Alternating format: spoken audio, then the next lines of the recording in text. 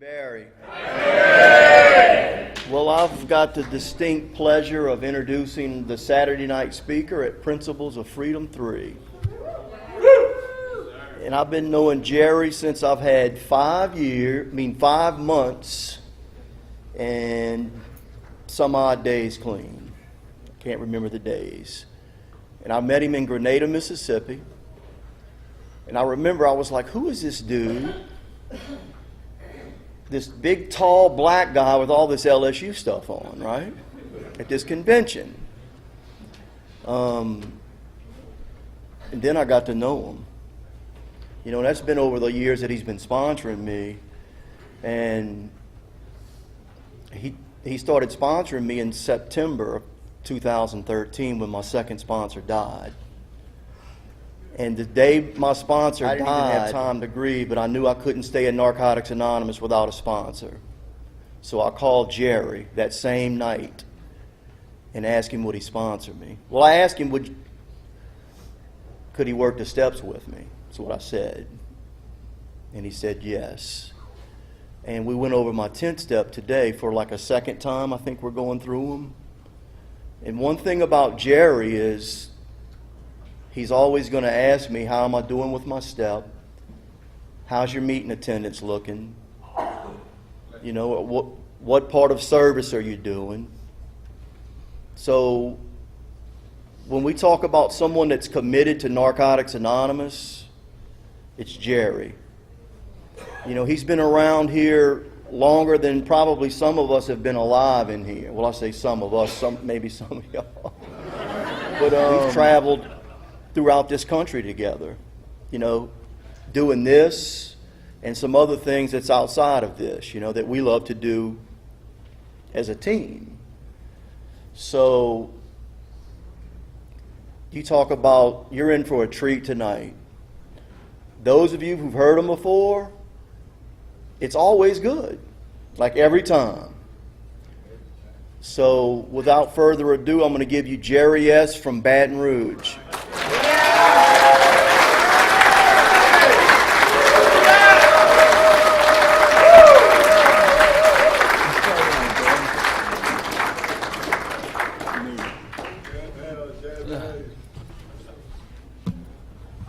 I'm Jerry, and I'm an addict. Hi, Jerry. And thank the committee for inviting me. A little bit of my experience, strength, and hope. And like always, I'm humbled when I get the call to do this, and wonder what have I said or what have I done to deserve this. First of all, I want to thank Barry for that introduction, and if any of you are around when they write my obituary, y'all get Barry, because he's pretty good. He's pretty good at talking about me. When I got the call to come up, you know, they called and they said, you know, the convention, and gave me the dates and the times and asked me if I would come up and do the Saturday night speakers meeting. And I said, of course I would, and got the details and lined up a couple of people who usually travel with me. Because what happened was, when I first showed up at Narcotics Anonymous, somebody said that when they ask, you do. And you do it because it's part of the process, and it helps you stay clean. And staying clean is the priority. You know, all the other stuff we do is lagniappe. And we get to come in here and we get to celebrate recovery for a weekend like this. That's a treat. All right? That's a real treat. And when I get to be a part of that, I feel even better. I wanted to say that since I've been up here, we got up here Friday evening, that it's been fun. It's been good. I want to thank the people on that committee who worked all year. I never just like to work on the convention committee. We just finished one over in Louisiana just in May. One of the things I try to do when I get up here is I try to tell you a little bit about, you know, what got me here sometimes. And I kind of mix that in throughout the evening. And another thing that I like to do, I like to, if you get nothing else, I'll leave. If the only thing you hear that I said is that you don't have to use again, period. I mean, part of the deal of coming here was to make the commitment for me not to use on a daily basis. And I think when I got to Narcotics Anonymous, by the time I got here, those are the words I was waiting to hear. I was waiting for somebody to say to me, Jerry, you can wake up in the morning and you don't have to have a wake-up time. And it was only when I got here, out of all the other places that I made stops on my way here, that I heard that. And I'm grateful. And I wanted to comment today, I don't know, to me, the way I dress is pretty commonplace. I live in Baton Rouge. Everybody in Baton Rouge sees everybody else walking around like I dress. When I get up here to Mississippi, I notice y'all dress a little differently. Not everybody up here is into the purple and gold thing. I found that out right away. Because when I came out with my stuff on the day, people went to talking to me about it. But that was another one of the blessings I've gotten since I've been here. I finally found some places that I could fit in, and this is one of them. I'm going to tell you, years ago we were here. I was up here about, I guess, a couple of years. Auditorium right here, I think, and some organization that invited me up to share. Is that right? Okay, and we came up and we shared, and things went well. You know, they went well. And I haven't been back up here since that time, so I want to thank y'all for that. My story is no different from anybody else. I was listening to, and I want to say, I enjoyed Kathleen last night. That was a good one. We liked that. Very good. I don't know why my foot's itching. I guess carpet must have Ole Miss written on it or something. I was looking around here. But I see that. No.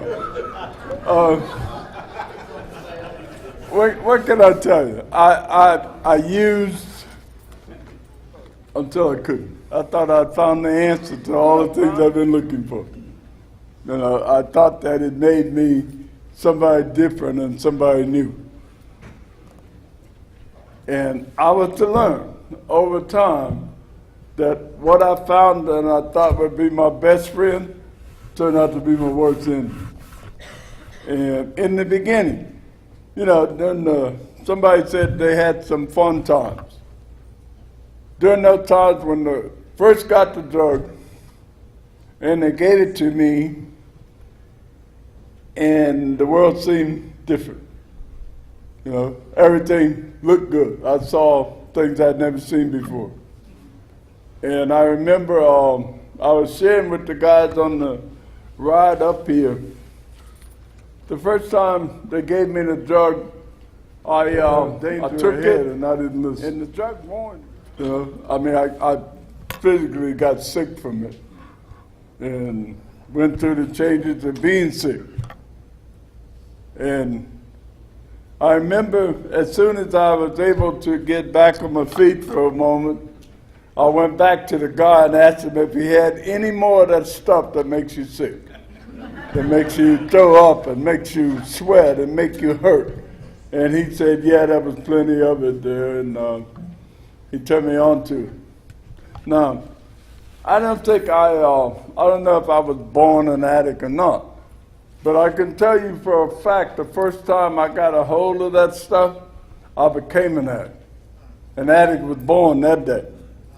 And from that day until the day that God relieved me of the obsession, I used and used. The point I'm trying to make is, when they call me and they say it's time to go to meetings, it's that time of day to get out of bed, it's that time of day to stay on the phone for the newcomer, it's that time of day to give somebody a ride, I get up. Because I stayed every day at the dope house when they call. When I say that, when they tell me, they say, Jerry, we want you to trust us with your story, with your life, or whatever. My sponsor, whoever tells me that. I remember all those days when I was standing on the corners in New Orleans and I'd never seen the guy before, and I gave him my money and I trusted he would come back with what I wanted. You see? And then they told me to bring that in here. and put that kind of trust in people trying to help. You know, it was so easy for years to give somebody my money and say, bring me back what I want. Trust us, we'll help you stay clean, we'll help you get out of trouble, and we'll help you stay out of jail. And I said, man, I don't trust y'all. I don't believe you. You see? If it was good for me, I ran from it. If it was bad for me, I wrapped myself around it and stayed there. Now, I'm in a, when I got ready to come up here, I went by my sponsor and I told her, I said, sponsor, I'm going up to Tupelo and I'm going to try and share a little bit. And he said, okay. He said, what you going to tell them about? I said, I don't know. Tell them about going to meetings and tell them about what happened for me. And he said, well, you were just in here the other day telling me you were tired of going to meetings. Then I stopped by his office. I said, sponsor, I'm tired of going to meetings. He said, I've been going to meetings. Jerry, how many meetings do you think you need? I said, sponsor, I think I've reached that point where I need one a week. He said, I agree with you. I want you to go to all of them and see which one you need.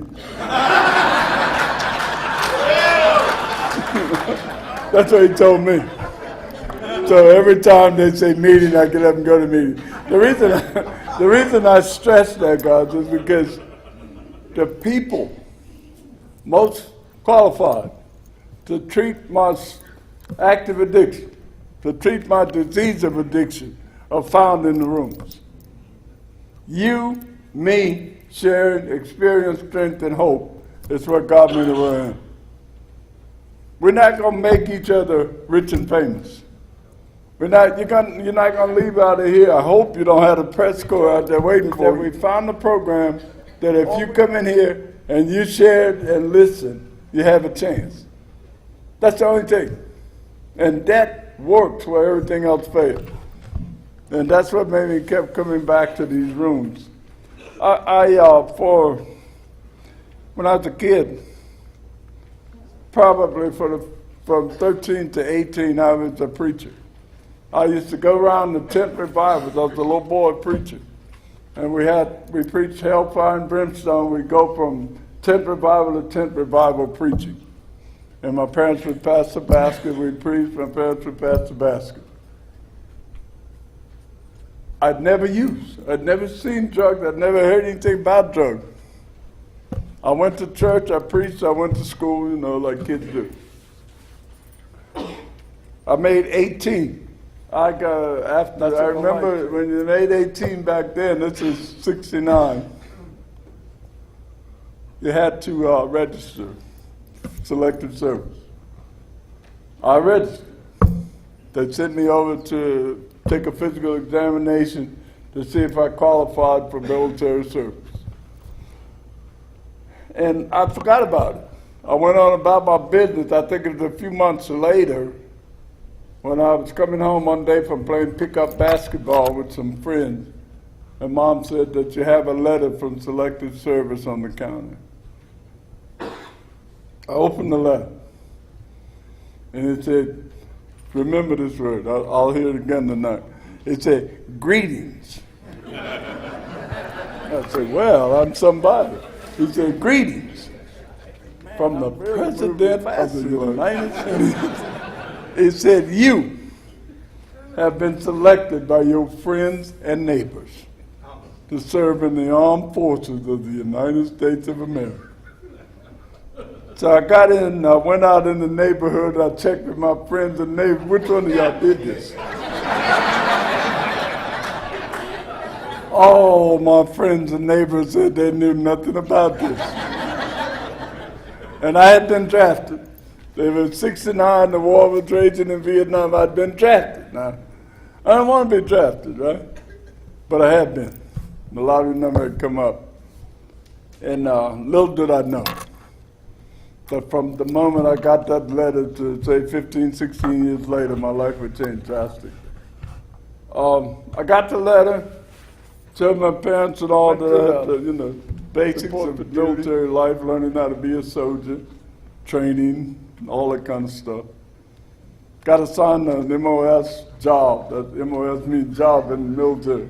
I got assigned my job, and I was trained to be an infantryman. I was in the combat arms. I was a machine gunner in my platoon. That was my job. And I got my orders, and it said you're leaving for Vietnam in such and such days. And the way that system worked back then, you went home, you got 14 days leave or something, and you went home and you said farewell to your friends and your parents and all that stuff, and you shipped out. I did that. And the funny thing about that night before you go is your parents looking at you, your family looking at you. Now, we would never touch you. I want to see you do well in life. It was hard for us to talk that language to each other.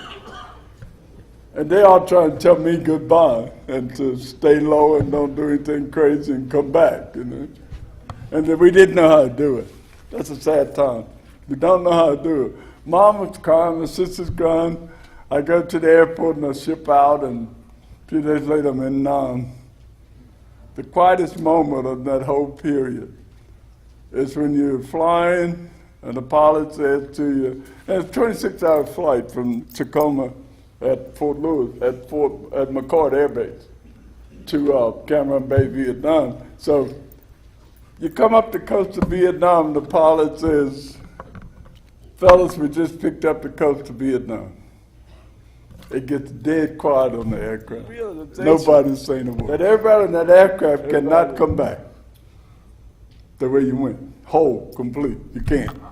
Some of us going to die, some going to get maimed, some going to go crazy, the whole bit. You know that. And he says, we came up the coast of Vietnam and we've been picked up by the carriers out there. You got, Navy got carriers in there. And he said the carriers just sent a couple of fighters that go and escort us from here on in. And that's reality then. I'm home. I'm home. I'm ready for war. You know, they land your aircraft, give you your equipment, assign your units, and tell you where you're going to be doing, which part of Vietnam you'll be in for the rest of your tour. To my unit. And it was that night that I used for the first time. Well, I don't know what it was. The guy in the bunker said, try this stuff. It'll help you get through this war thing. Okay. And I hit it, and it did some crazy stuff to me. I started hurting, crying, throwing up, getting sick, the whole bit. I look up in the sky and I saw a choir, all kinds of stuff. It's a choir singing Amazing Grace to me. I'm walking along the bunker line. And the guy said, yeah, it hit you. You got it. That's what he told me. You got it, Jerry. I said, okay. When they gave the all clear, the base was on the rocket fire, and they gave the all clear. I don't like to stay there very long, but fast forward. You got to do 12 months, and you can come home. If you survive those 12 months, you can ship out, come back stateside. I did my 12 months. I was an infantry machine gunner. I'm going out on patrol every day, killing people shooting at me, the whole bit. Shooting helicopters down, all kinds of stuff. End of my 12 months, they tell me, your time's up, you made it, man, you can ship out.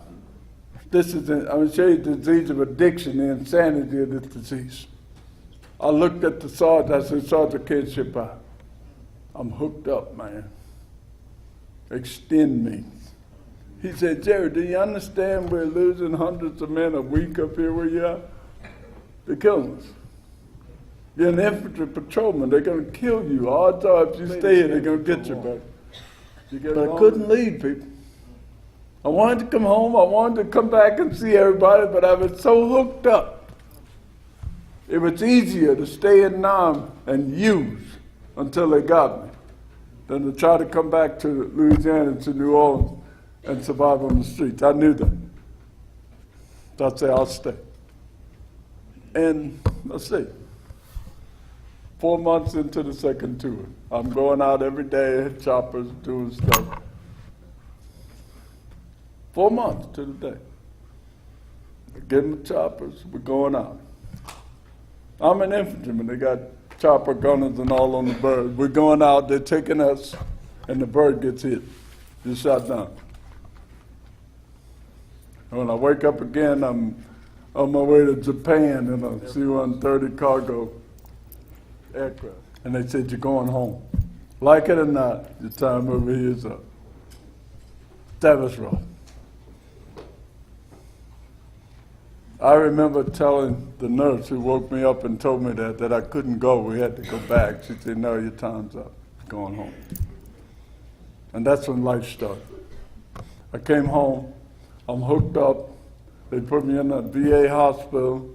And the VA said, while you were in Vietnam, Jerry, we found the answer to addiction. I said, well, I need a dose of it. I'm in a bad way. I need this answer. And they said it's called methadone. And they gave it to me. And for 8 years, every morning, 5:30 a.m., I was at the window. I didn't want to be at the window. There were days I wish I could be somewhere else, but I couldn't be. Because what happened was the solution they found was worse than the problem I had. I was really insane now. So the VA tried a new method. They told me one day I was up there getting my medicine, they said, we're going to teach y'all how to socially drink. That's what he told me. He said, today at 2 o'clock you come to the clinic and we're going to teach you how to socially drink. They took you up in the VA hospital, there's locked ward, they put you on. They said they had to drink beer called Schlitz malt liquor. If you're old enough to know what Schlitz is. Anyway, they give me Schlitz, right? They said, we're going to give you 2 and then we're going to tell you, go play cards or watch TV. So that was at 2 o'clock. At 2:15, I was taking the bars off the window because I said, I got to go, baby. I didn't learn. I got to go. Where you going? Out of here, man. I got to go get one. Because at the bottom of that Schlitz can, for me, was a fit somewhere full of what I liked. I had to go get it. The system didn't work. They did what they thought they could do to help me. That's why I told you when we started this, you are best qualified to help me. Because anything else I'm putting in there didn't work. It made it worse. Eventually, after 8 years of being on the clinic down there, and life gets a little rough for a guy on the clinic in New Orleans. They got a streetcar line in New Orleans. Trolleys. You ride the trolleys up and down St. Charles Avenue. They got a building called the One Shell Square building. They got trash dumpsters. I was eating my food out the trash dumpster at that building, and I was making my way to the clinic. That was my whole life for 8 years. I go to the clinic one day, I tell the nurse, I say, nurse, I want a detox, I'm tired of this stuff. And she said, all right. They sent me to Gulfport, Mississippi, and they started my detox off of that drug.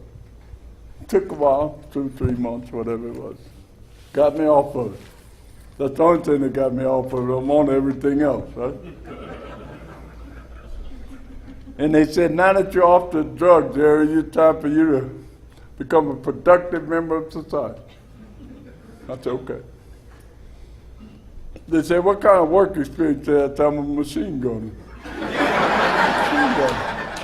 That's the only experience I got, man.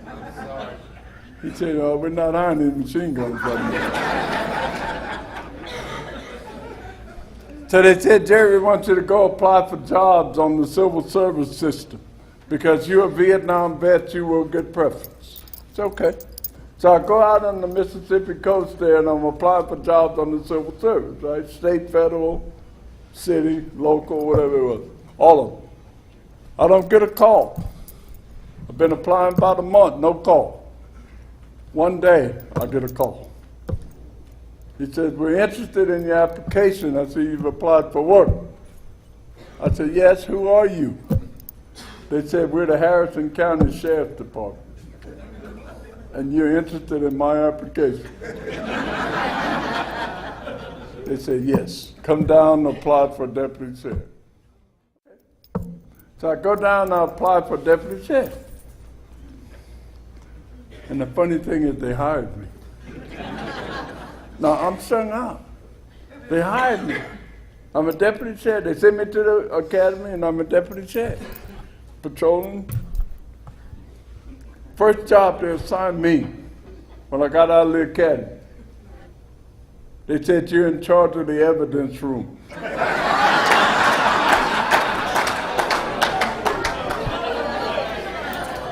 He said to me, you're the officer of the evidence room. I said, thank you. I appreciate that very much. And they said, your job is to see to it that the evidence is in a secure place. I said, I will. I'll make sure of that. Shortly after that, it wasn't long. And they did. They moved me from evidence to, and they gave me my dream job. They put me as the assistant warden in the county jail. I'd been waiting for a job like this. I didn't know this. I'd never had a job. The assistant warden was supposed to see to it that things run daily, smooth in the jail. That's his job. I found out by being the assistant warden, you had access to everything. That you ran the jail for the sheriff. So, if people came into jail and they didn't have drugs, it was part of the assistant warden job to see to that they got some. And I started doing crazy stuff in the jail. It wasn't long before my jail was rock and roll. But come to me, or they discharged, supposedly discharged date, and asked for a 90-day extension. Life was good in my jail. You had everything you wanted, from the drugs to the prostitution, to the gambling, to a pass overnight, whatever you needed. Need your girlfriend to come? Oh yeah, tell her, come on. Good things come to an end. You don't stay on the top long. I was making a lot of money and doing a lot of crazy stuff over there. It was the early 80s in the Mississippi Gulf Coast.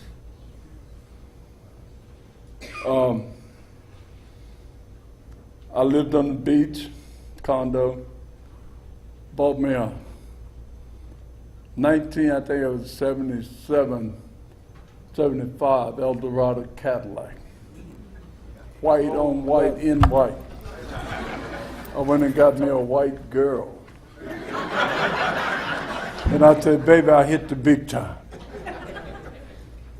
You don't stay on the top long. Remember, I said, I come to work one morning. Been in the game with them about 6 months, been running the jail. My boss, the sheriff, is locked up in the jail. The end is here. He called me to his cell. He said, FBI did. I hadn't watched the news that night before. The FBI pulled a sting in that area and they put him in jail, locked him up. He called me to his cell. He was getting ready to bond out. And he said that all the guys work for me need to get out of touch. They don't say anymore. Turned in my bag. It would take me to the rooms of recovery, but that's where I ended up when I left there. I left there and I'd sold my Cadillac and all that stuff, and I started hitchhiking to Meridian, Mississippi. And a trucker picked me up and he brought me as far as Hattiesburg and dropped me off. From Hattiesburg, somebody brought me to Laurel. And it was on Interstate 59. I've been hitchhiking 8 hours all day in the rain and cold. This is April 1983. It's Jones County, Mississippi, Laurel, Mississippi. I'm standing on I-59 with my thumb up, nobody picking me up. Gets dark, or start to get dark. And it started to rain. I got in the ditch alongside the interstate, and I say, I'm gonna spend the night in the ditch, I'll get up in the morning and see about it. And while I was there, I'm in the ditch, and I say, hey, God, look, I ain't called on you in a long time, not since I left Nam and all that stuff. I said, but look, I tell you what, I don't have the fight left for me to put together another hustle right now. So I want to tell you, either show me a way out or take me out. I don't want to get out this ditch and have to go do it all over again. 5 minutes after that, 5 to 10 minutes, a guy, I don't even see him, stops in a little pickup truck. He says, I'm supposed to take you where you're supposed to go. I said, excuse me? He said, get out the ditch and let me take you where you're supposed to go. I'd never seen the man. Didn't know who he was, where he came from. He brought me to where I was trying to hitchhike to, East Mississippi State Hospital in Meridian. And he said, ring the doorbell. Get out the truck, ring the doorbell, they're waiting for you. I got out the truck, he took off. I wouldn't know the gentleman if he was sitting there tonight. Never saw him again. The nurse came to the door and said, we've been waiting. Come on in. And she said, tonight at 7:30, they're going to bring in a meeting called Narcotics Anonymous. It's a voluntary meeting for our patients here at this facility. And you better voluntarily go. Those are her exact words to me. And I went. And that was my introduction to Narcotics Anonymous. A guy was in that meeting, and every time he shared, he told my story. He said, you don't ever work for me, man. I've been to Nam. He said, I've been to Nam. I said, brother, I was on the clinic for years over in New Orleans on Tulane. He said, I've been in the clinic. I said, you don't understand. He said, I'm eating out the trash dumpster. He said, I ate out the same dumpster a couple of years before you. He kept telling me everything I said he had done. Then he said the magic words. He said, I've been clean 10 years at that time. He said, I can show you how to stay out of the horrors of addiction if you want to. That's what he told me. I can show you how to get out of the horror and stay out, a day at a time. And I said, okay. His name was Stanley. He was originally from Jackson, but he was working in Meridian at the time. And I said, okay, how to start my process. And he said, throw your shoes under the bed tonight, and while you're down on your knees, say, thank you, God, I'm not using right now. And tomorrow morning when you get up, your shoes are already on the bed. You got to get back down there to get them. And while you're on your knees, say, please, God, don't let me use today. He said, get up and go about your day. And I did that. That meeting was coming in there on Mondays and Thursdays. That was a Monday night. Thursday, when they got back, he said, how you doing with your shoes? I said, thank God I only have one pair, bro. I had no choice but to get under there every night and get them. And I asked God, and he heard me. Now, I went through being sick and going through the detox while I was in that treatment. And they would come Mondays and Thursdays and they'd ask me how I was doing. And I still had the cravings, I still had the desire. And he told me they'll be lifted in time. And I stayed there, I guess, 6 weeks or so, and I went out on the economy again looking for a job. I need a job. I said, okay. I said, only experience, what experience you have? I had a sponsor by then. I said, well, I'm a machine gunner. He said, no, don't need a machine gunner. I said, well, I'm a deputy. He said, you definitely don't need a deputy. That's what he told me. He said, I'll get you a job. And he came back that afternoon, he said, I got you a job. I said, okay, what am I going to do? He said, you're a dishwasher. You're going to wash dishes at a place called Morrison's Cafeteria in Meridian, Mississippi. It's like Piccadilly. I said, okay. And I got the job and I started washing dishes, and about a week or so went by and he came by, he said, how you were washing dishes? I said, okay. He said, I told him the next day, I said, I'm okay. Oh, I told him. He looked at me and he said, wash them till I get okay with it. And I had to wash dishes, I guess, for another 2-3 months. And then Morrison did the thing that they do. They promoted me and took me to in the pastry shop and taught me how to do pastries and cakes and sent me to school to learn how to make wedding cakes and decorate cakes. And I was somebody at last. You know. The problem with that's a pastry shop. They give you a sheet in the morning, they say make 5 cheesecakes for the house. I made 6. 5 for the house and 1 for me. All day long, I munched on that cheesecake. I came into the program probably weighing 160, 170, skinny, tall. In the pastry shop, man. I'm baking cheesecake. So they told me that I had developed diabetes and that I needed to get out the pastry shop. So I went back in the field that I like, and I ended up making my career in with security. And I ended up working for the VA. I went to the VA and started working in the VA system, and stayed there until some incidents came up later. But the point I'm trying to make is, regardless of how far down you are, there's an angel somewhere, like my little angel showed up in that truck on side the highway that day. There's an angel somewhere waiting to say, hey, there's a way out of this. This is not the end. It doesn't have to end in this ditch. It doesn't have to end in the dope house. It doesn't have to end in the prison in Louisiana. We carry meetings in there. That's the H&R chair. He's sitting over there for my ear. You know? We go into the prison and you see a guy in there and he say, I've been up here 2 weeks and I'm doing 57 years flat, day for day. I've been in 2 weeks. I'm 19 years old. That's the kind of reality that hits you in the face when you walk in there behind the barbed wire. And he say, I'm in the room trying to stay clean. You see, last couple of weeks ago, I was speaking in New Orleans. The DJ playing the event came up to, he called my name, Jerry, come back here. I go back to it, I said, yeah, where you know me from, bud? I didn't know the guy. He said, I spent 6 years on that unit, come and bring us a meeting twice a month, and I would come to that meeting every time. And now I've been clean, I think 3 years down in New Orleans, and he's DJing our dances. It can work, man. That's what I'm trying to tell you.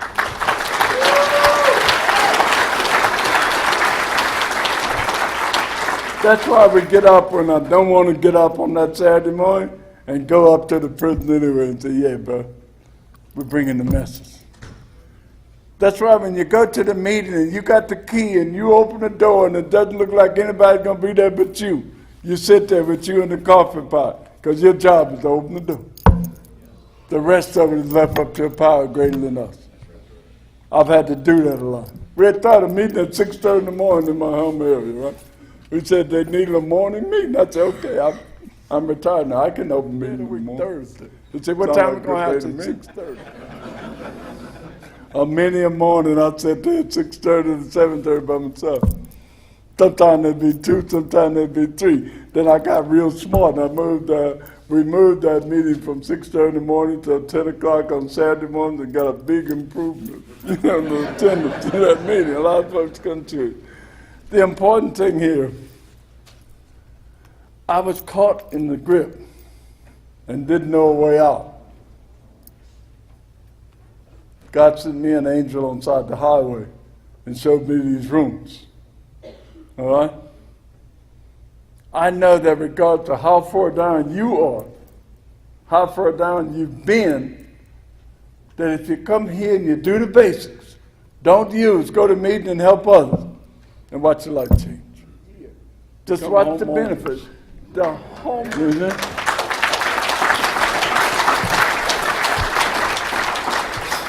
The hopelessness that walks through that door every time you have a meeting and say, man, I don't know what to do. I'm pulling my hair out.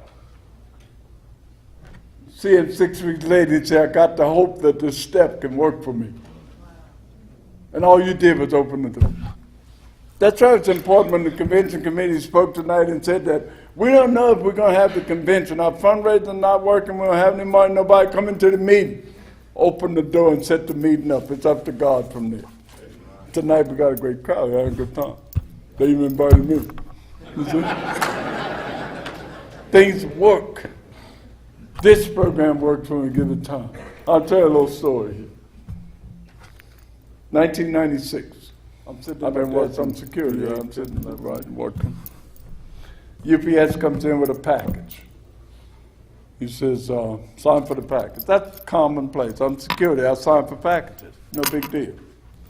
He said, it's for you. You're Jerry Smith. I said, yeah. He said, open it. I opened it. The first word of greetings. I said, oh no. No.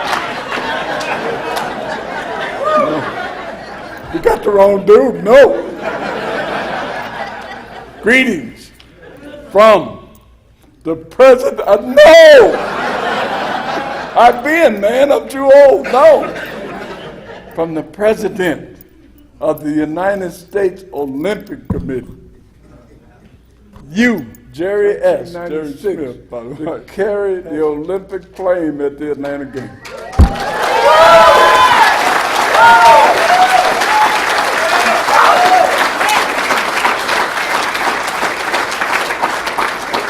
I'm a junkie, man.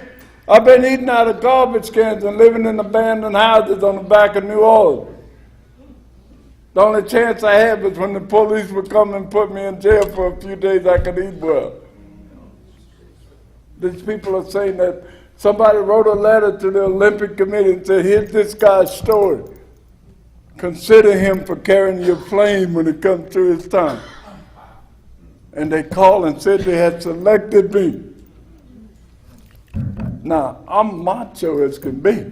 I just see my LSU colors here, baby. I don't cry. I start bawling. I mean, I'm just laying out. She's crying now. The emotions overtook me there, you see. Because the miracle that they talk about in the mirror, open your eyes. It's you and it's me every time we come here and stay clean for a day. You don't know what's down the road for you. When I walked in that meeting in Meridian that night, I had no idea the Olympic Committee would call one day and say, we want you to carry the flame with it for us. What an honor. I said, They said, the vice president and all these people will be there when you do this. I said, I'm going to tell the vice president some shit and make him run. But I didn't. I kept it to myself. I didn't tell him. But I'm telling you, you can go. There's no go where you want to go. Be what you want to be. Stay clean. Watch your life change for the better. It's part of my duties at the state. I work for the city. Was to take prisoners to the state prison. That was part of my job to assist them more. You put them in the car, you put them in a cage, you take them to the prison, they put them in to do their time. Simple, not that hard to do. You're another guy. We're taking a prisoner from Gulfport. Get around Hattiesburg. He says, I sure would like to use the phone, the prisoner. My partner said, I sure would like to smoke a joint. Right? We're riding, taking the prisoner. So I tell you what, we make a deal. 80, there's no cell phone. 80, about 81. There's a phone booths and big phones at your house, dollar phone. I said, we'll chain you to the phone booth. We'll smoke a weed and then you make your call and we're all going up to the prison happy. We did that. Chained him to the phone booth, we smoked that joint. 200 miles down the road, we missed him. He was still at the phone booth.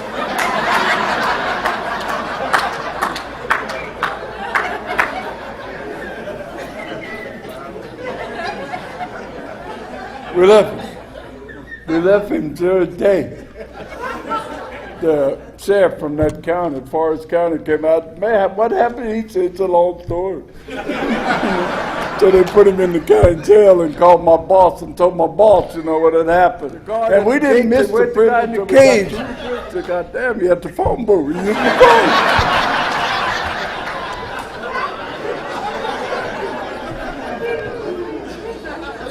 Everybody deserves a phone call. You get one every time you go to jail, right? So I get back to work, and my boss, the sheriff, I said, you know, we're friends, right? I said, look, I screwed up. I know you got to fire me. I know it's going to be hard. We're friends and all that. I said, tell you what, I'll just go ahead and resign and not put you through all that. He comes up to me, puts his arms around me, he says, Jerry, shit happens. He kept me on. I was to see him go to jail later. But he kept me on, God. Enablers. Enablers who thought they were helping me. They loved me so much they almost killed me. Told me, if you come back in this yard, son, you're trespassing. I have a paper against you, an order. And I'm going to put you in jail. You can't come home anymore. You can't even come in the neighborhood. They had to take all my cushions away before I could fall and feel the fall. See? That's what happened for me. They had to take them away from me. Because I kept saying, as long as you give me a chance, bro, I'm going to use. I kept biting the hand that fed me. And those who loved me, they stuck with me. And stuck with me and stuck with me. I was watching Narnia the other day. Thank God. Somebody came along and said to them, what you're doing is not helping. And it's making you sick. It's keeping the family sick. It's making the whole operation sick.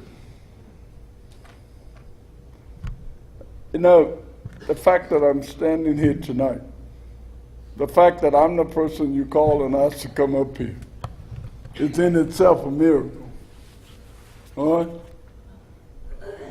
I shot open. I came in knockout and I had track marks from my shoulder blade to my fingertip. And I had hepatitis C. And I had hepatitis A. And I had hepatitis B. And if there was any other hepatitis, I had it. You see? I went, by the grace of God, I'm hepatitis free now for 2 years. They put me on...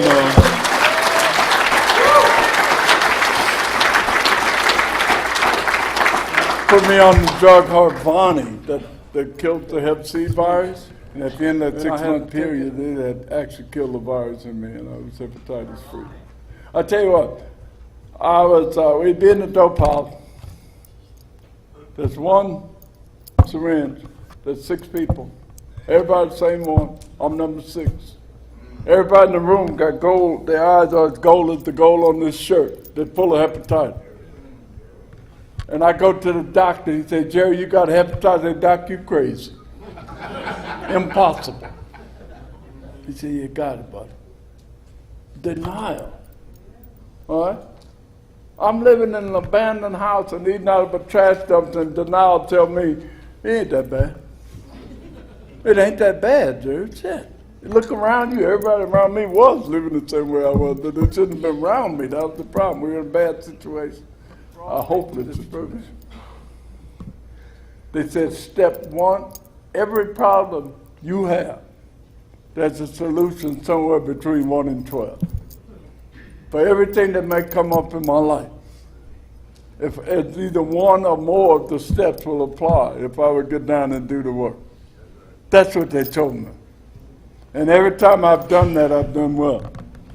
Now, another thing my sponsor told me, and I see y'all getting a little restless out there. I can see, I'm not blind up here. I can see. You're starting to stretch in your arm. Shit, I'm sick of you. I understand that. So I'm going to tell you what he told me. I told him that moment would come, and he said, here's what you do. Remember this, Jerry. I said, what's that, sponsor? The mind can only absorb as much as the ass can endure. For inviting me up here and allowing me the opportunity to share with you tonight, because I'm enjoying myself. I enjoy being up here. This is good. Thank you very much.